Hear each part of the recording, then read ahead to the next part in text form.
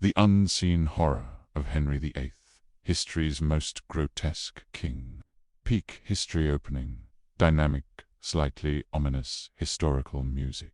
Quick, visually striking cuts of Henry VIII's portraits. Then jarring flashes of medical diagrams. A shadowy execution. Bare, a heavily chained door. Narrator energetic, commanding, slightly theatrical tone. You think you know Henry VIII, the 6 wives, the Church of England, the iconic monarch. But what if I told you the true story of England's most infamous king is a descent into grotesque reality so shocking it makes Game of Thrones look like a children's bedtime story? Buckle up, history fans, because tonight, on Peak History, we're ripping open the forgotten chapters. Get ready to confront a king so monstrously obese he needed machines just to move. A man whose rotting leg wounds reeked so foully, servants literally ran away, gagging. A ruler whose own body was disintegrating so violently his coffin exploded from the gases of his decomposing corpse. From his bizarre eating rituals and insane paranoia, to the unthinkable suffering of his wives and the horrifying, chaotic spectacle of his final moments, these aren't just facts. These are the raw, unfiltered realities that will forever redefine everything you thought you knew about Henry VIII. This is Peak History, and we're just getting started. Point 1. The King's Collapse. A walking nightmare. Let's dive into the most brutal truth about Henry VIII. By the end of his life, he wasn't just a king, he was a medical catastrophe. A walking disaster zone whose very existence traumatized his court. Imagine this: a man whose waist swelled to an unimaginable 54 inches. He weighed a staggering 400 pounds in an era where the average man was less than half that. But the sheer bulk was just the start of the horror. His legs were a living nightmare. Festering open wounds, massive ulcers that constantly oozed pus and decaying flesh. The stench, it was overwhelming, detectable from several rooms away. Courtiers held perfumed handkerchiefs to their faces. Servants literally drew straws to avoid the horrifying task of dressing him. This wasn't a choice. It was a punishment, and it gets worse. Modern medical experts now believe a severe traumatic brain injury from a jousting accident in 1536 wasn't just a knot. He was unconscious for 2 hours, practically dead by medieval standards. This injury likely ignited the fuse for his radical personality shift, transforming him from a relatively stable young monarch into the paranoid, rage-filled tyrant of his later years. This isn't just speculation.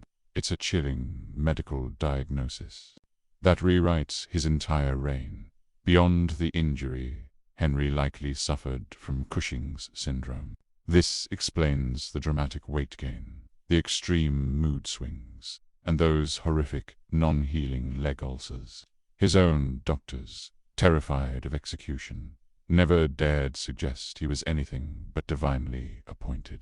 The man who claimed absolute divine right couldn't even control his own bodily functions in the end. Royal attendants were forced to carry special chairs everywhere he went. The mighty Henry VIII, reduced to a desperate fight against his own bowels. This is the king who executed people for a single wrong look. The irony is sickening. 2. Queens under siege. The unthinkable torment of his wives. Everyone knows Henry VIII executed 2 of his 6 wives. But the brutal reality of what these women endured goes far beyond a swift beheading. This was a sustained campaign of psychological torture and calculated terror that would shock even modern sensibilities. Take Anne. Henry didn't just decide to kill her. He orchestrated an elaborate, sadistic frame-up. He forced her own musician to confess under torture to an affair. But here's the truly twisted detail. Henry made and watch as 5 men, including her beloved brother, were executed for allegedly sleeping with her. Imagine standing there, knowing you are next, forced to witness innocent lives extinguished because of your husband's deranged fantasies. Catherine Howard had it even worse. A mere teenager when she married him, she was condemned for past relationships. Henry's response: he didn't just execute her. He passed a law making it treason for anyone to marry the king without revealing their entire sexual history. Think about it. A king so petty, so consumed by vindictive rage, that he permanently altered the legal system because his teenage wife wasn't a virgin. But the most insidious weapon was the psychological warfare. Henry would shower his wives with gifts and affection one day, then completely ignore them, or unleash terrifying threats the next. Catherine of Aragon, his first queen, spent her final years under house arrest, cruelly forbidden from seeing her own daughter, Mary. While Henry spread vicious rumors of her mental illness, she died alone, possibly poisoned, writing desperate letters that he never bothered to read. Here's a mind-blowing fact. Henry actually forced his wives to sign documents agreeing to their own divorces or annulments. Anne of Cleves, utterly paralyzed by fear, agreed to a fake marriage annulment just to escape execution. She literally had to pretend their marriage never happened and thank him for the privilege of not being murdered. And Jane Seymour, the lucky one who died naturally, she passed after childbirth. Devoted husband began planning his next marriage exactly 9 days after her funeral. He treated human beings like disposable objects. And the most chilling part, these women had no escape. Divorce was unthinkable. Running away meant certain death. Fighting back guaranteed not just your own execution, but the annihilation of your entire family. Their lives were a terrifying testament to absolute power's darkest reach. Point 3. The Royal Gorge. An insane obsession with food.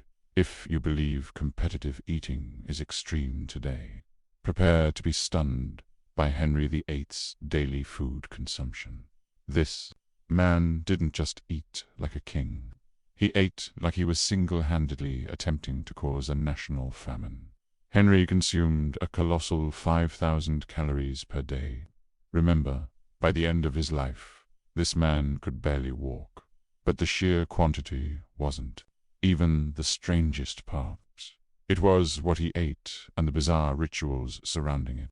A typical meal included an entire roasted pig, multiple whole chickens, several types of fish, mountains of bread, and enough wine to float a small boat. His kitchen staff, over 200 strong, prepared 800 different dishes daily, just for his household. With Henry personally sampling dozens, here's where it truly spirals into obsession. Henry was convinced certain foods held magical properties. He believed eating swan would make him more graceful, consuming vast amounts of deer would make him a better hunter, and that oysters would enhance his performance with his wives. So he gorged on these specific foods in truly massive quantities. A medieval superfood obsession. His eating rituals were a dark performance. Every single morsel entering Henry's mouth was first tasted by multiple servants to check for poison. But the paranoia ran deeper. He forced his food tasters to wait a full 30 minutes after they ate before he'd even touch his meal, just to ensure no delayed-acting poison would take them down. Eating was a military operation, and for a final bizarre detail, Henry banned certain foods from his court, not for health reasons, but because he deemed them beneath his royal status. Common foods like turnips and barley were literally illegal at his table. The brutal irony. They would have been infinitely better for his health than the mountains of meat and sugar that were quite literally destroying him. Even as his body crumbled, Henry's gluttony only intensified. convinced his royal blood made him immune to the consequences for the Shadow King. Henry's reign of paranoia, Henry VIII's paranoia, wasn't just a character quirk. It became the driving force of his tyrannical rule, transforming his entire kingdom into a chilling surveillance state that would make modern dictators green with envy. By his final years, Henry's conviction that everyone was plotting against him created a living nightmare for his court. Let's look at his personal security. Henry slept with loaded crossbows next to his bed and multiple daggers under his pillow. But even that wasn't enough. He had armed guards stationed inside his bedroom, watching him sleep all night. Imagine the terror of knowing you could never truly be alone, even in slumber, due to your own crippling fear. The royal palaces became fortresses of suspicion. Henry ordered the construction of secret passages everywhere he lived, not for convenience, but as escape routes from imagined assassins. He installed peepholes in walls to spy on his own courtiers and hidden listening devices in meeting rooms to eavesdrop on private conversations. But this is where it reached its chilling peak. Henry created an elaborate network of spies whose sole job was to spy on his other spies. He had informants watching his informants, twisting court life into a psychological horror show where a single misspoken word could lead to immediate execution. Trust was a dangerous delusion. His food paranoia was legendary. Beyond multiple taster, meals were prepared in completely sealed kitchens, with guards meticulously overseeing every step of the cooking process. Even the salt and water had to be tested. Eating a simple meal became a high-stakes military operation, driven by the chilling certainty that someone, somewhere, wanted him dead. And in a truly heartbreaking twist, Henry even suspected his own children of plotting against him. He had spies watching Princess Mary and Princess Elizabeth, treating his own daughters like enemy agents in their own home. His paranoia spiraled so wildly that he began executing people for crimes they hadn't even committed yet. People were sent to the Tower of London and to their deaths because Henry dreamed they betrayed him, or because someone suggested they might be disloyal in the future. The injustice was staggering. This paranoia wasn't confined to the king. It infected his entire court. Nobles spied on each other. Servants betrayed masters for imagined rewards. And everyone lived in a constant, suffocating fear. Henry's delusional suspicions forged an empire governed by terror. 5. Death's final act. The exploding coffin. You'd think Henry VIII's reign of terror would end with his death, right? Wrong. This man was so committed to being a force of chaos that even his corpse managed to unleash absolute mayhem. In his final weeks, Henry was so massive he couldn't walk. Servants carried him on a special chair with pulleys and wheels. But here's the utterly sickening truth. His leg wounds had become so infected, pieces of rotting flesh would literally fall off his body as he was moved. Servants had the grim duty of following behind him with cloths, cleaning up the chunks of decomposing king that splattered onto the palace floors. His death scene was straight out of a nightmare. Henry's body swelled to grotesque proportions. His skin stretched tight and shiny. The stench was so overwhelming that even his hardened doctors, used to medieval horrors, had to leave the room to vomit. When he finally died, no one wanted to get close enough to officially confirm it. But it gets so much worse. Henry's body was so bloated with gases from internal decomposition that his coffin had to be specially reinforced. They wrapped his corpse in lead sheets and sealed it in multiple wooden boxes, desperate to contain the inevitable. They were very, very wrong. During the funeral procession from London to Windsor Castle, something absolutely, unbelievably horrific happened. The coffin literally exploded. The gases from Henry's decomposing body built up so much pressure that the lead lining burst open, and rotting royal remains splattered all over the inside of the hearse. The smell was so vile, the procession had to stop while servants, gagging, cleaned up the royal carnage with buckets and rags. And for a detail that will haunt your dreams, dogs were reportedly seen licking up the remains of Henry VIII that had leaked from his coffin onto the road. The man who claimed to rule by divine right, whose very word was law, ended up as dog food on a country highway. Even his burial was a disaster. They had to dig his grave extra wide, but the ground kept collapsing under the immense weight of all that lead and decaying flesh. It took multiple attempts to finally get the king's remains into the ground. And the chaos didn't end there.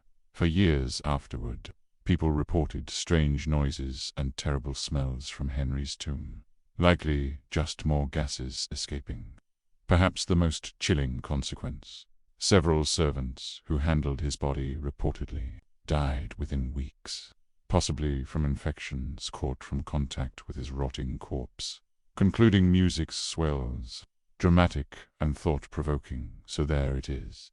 The true Henry VIII, not the sanitized figure of popular culture, but a king whose profound physical and psychological unraveling led to a reign of terror and a final, horrifying spectacle. A man consumed by paranoia and gluttony, who transformed one of Europe's most powerful kingdoms into his personal horror show.